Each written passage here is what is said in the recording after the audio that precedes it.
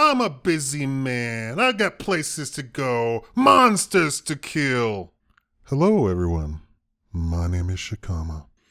Everybody who's in this space is well aware of the video of the MRA holding their meeting wherein they had female speakers and male speakers.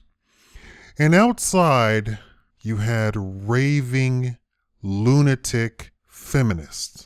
Chief among them was the spitting, dragon, redheaded chick that it's plastered all over the internet. Now, what's really ironic about this entire scenario is that these same women will call for and create and demand for other women a safe space. Yes, the safe space. Now, I didn't really know what a safe space was because I'm black. Oh, you think that's funny? Of course it's funny because black people don't have a safe space. It was funny. I was talking to my neighbor across the street. She adopted a white kid, or she did adopt him, but she's taking care of somebody else's child because the child had been in danger from his family. Now the child is 18 and she's going to kick him out. She says she can't wait. The problem is, of course, that the child acts like a white kid. The child doesn't act like a black kid. And I said, well, what do you mean? She says, well, by the time a black child is about 6 years old, they're already able to handle stuff on an adult level. They have to. Because this is the United States. Now, this is a God-fearing woman. These are her words. Black children in this aspect mature much faster. They're able to tolerate and handle all of this other crap that this country brings to them versus a white kid can literally go all the way to age 18 and not have to deal with that sort of stuff. And that's what she was really upset about, that the white child that she had adopted lounges around the house all day, won't clean his room, won't dare wash the dishes. She has to then pay her nephew who lives across the street, who is the son of her nephew, basically. So that's her great nephew. She has to pay him about $10 to come clean up the kitchen. Now she's in her late 50s. If she's pushing 60, I wouldn't be surprised. So, she can get around, but I mean, she's not hopping down and wiping down the table. She's getting up there. So for her providing for this child for all of these years, you would think he would have some sort of like, oh, thank you. But no, he doesn't have that at all. She literally is, and she's really upset that he won't go out and get a job. Now, in the regular conservative black household, that is something that you absolutely must do. He has no intention of going to college, so don't think this is about that. This kid is literally lazy. She said he comes home and gets on the Xbox. And I said, well, why don't you just take the Xbox away? Oh, no, I'm not going to go through all of that. She literally is just biding her time until he turns 18, and she says she will try and help him, but she's afraid he will go and live with his brother, who will, if she gives the boy money, will take it completely. Now, this is about safe spaces. I went off on a tangent. I'm sorry. But we're talking about there is no safe space, and I'm talking about gaming, and I don't want to get into Gamergate, but I have this notion that we could declare gaming to be the safe space for boys and men. I know there's some other group going out, but I'm talking about my own group. We don't have to have just one group that does something. And for the record, it has been the custom that those in these gender war type of deals are mainly white, and they only ask black people for anything, be they women or men. So both the feminists and the men's rights and the MGTOW, they're all guilty of acting very douchey when it comes to black people. Like, we're not invited to the club, we're not invited to the meeting, but when they want to talk about, get some numbers and create a list, oh, that's when they come around. You're a part of us too, right? You had a whole convention and didn't invite not one black person to it. We even have people get on here on YouTube and say, well, where are all the black MGTOWs? Oh, well, you didn't invite them. We didn't invite anybody. You're lying. You did invite. You invited Steve, Josh, Joe.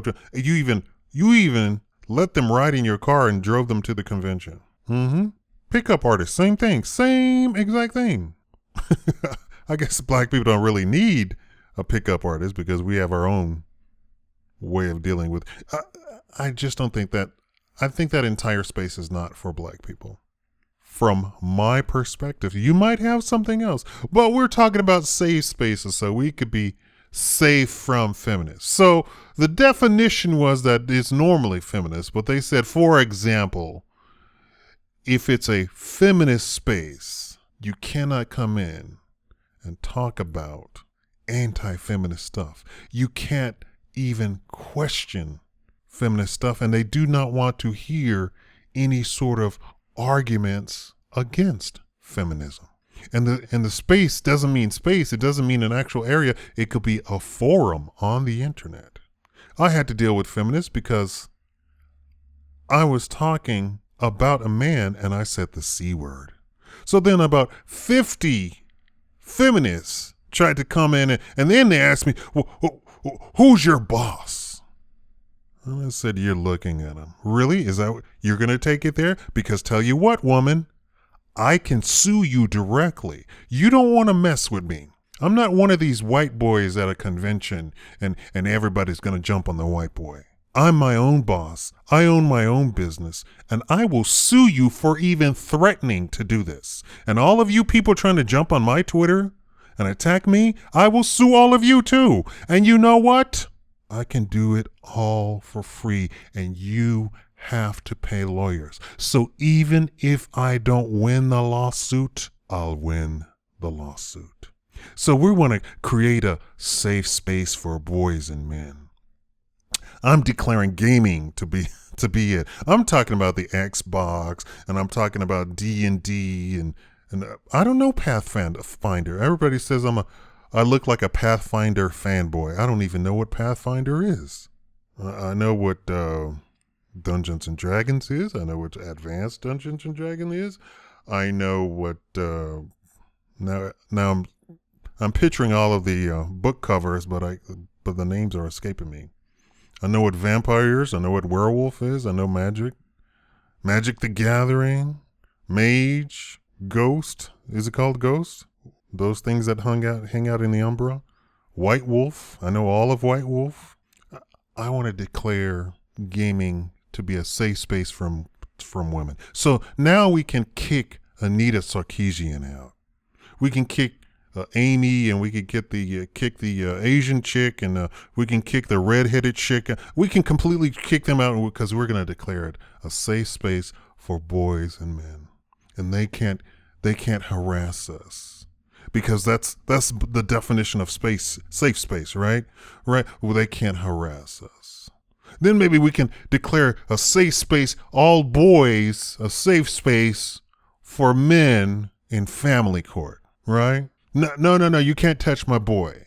You don't even want a boy. You didn't want the boy. You wanted a little girl that you could mold into your own thing. So you get custody of the girls, I get custody of the boys.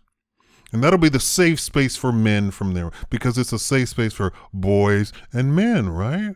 This is what we could do. We could just extend it so that if you want this whole safe space thing, we can take it and we can just run with it. You really want a safe space? You need to run that by an intelligent black guy to show you somebody who always plays in all of my Dungeons and Dragons and in my Vampire the Masquerade, who always plays the conniving wheels within wheels within wheels type of character.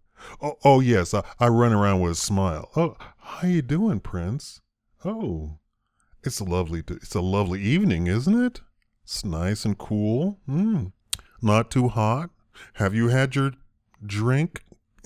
Cough, cough tonight, sir? Good. All right. That's great. That's fantastic. There was a werewolf attack. Oh, there was a werewolf attack? Oh, what happened? Did anything happen? Oh, yes. The clan elder of the Nosferatu got killed. Oh, my. That's terrible. Weren't you two enemies? Enemies? Me and the clan elder? Never. Don't know what you're talking about. Not at all. Have they elected anybody else to the position of clan elder? Maybe they should run that by me from now on. The whole clan, at least in this city. You see, I would take this whole safe space stuff and just run with it. Come on. You think women are conniving? You haven't met conniving until you've met a conniving man. Come on now. Now, the Illuminati is mostly composed of men. Do you really think that women have a real handle of being conniving and vicious? No, not at all. They don't hold a candle to us. The thing is, you all have been trying to be all these gentlemen. You've tried to be nice to them. You have to understand that the game that they're playing is for keeps, and the rules can shift at any time. So if that's the game, then you need to be just as conniving, and you need to get up in their face and spit on them as you talk, just like they get up in your face and spit on you. All right? And if they strike you, you strike back. You can always defend yourself against a woman. Nobody is going to hold you to any weird standard when you're dealing with ratchet women, right? Because what's the term? You never hit a lady. A ratchet woman is something completely different, because a ratchet woman is going to do all sorts of weird stuff, like pretend she's a man all of a sudden. What do you do? You don't have a right to be held in a men's rights meeting in there? Oh, yes, we do, actually. And this is a safe space, so we need you to back up. All the way to the middle of the street, that's where the property rights go. Oh, you didn't know that? Yes, and if you come any closer than the middle of the street, we will have you arrested. Yes. When you want to do this whole safe space stuff, call me. I'll show you how to really work this stuff out. We'll get this together, right? I know you don't want to have me in the conventions, because I'm just going to give you a whole lecture on how to be evil, how to be conniving, how to be vicious, how to make no woman ever want to ever cross you ever. Who would know better than an angel how to be an actual demon? Thank you for watching the Shakaama Live Show.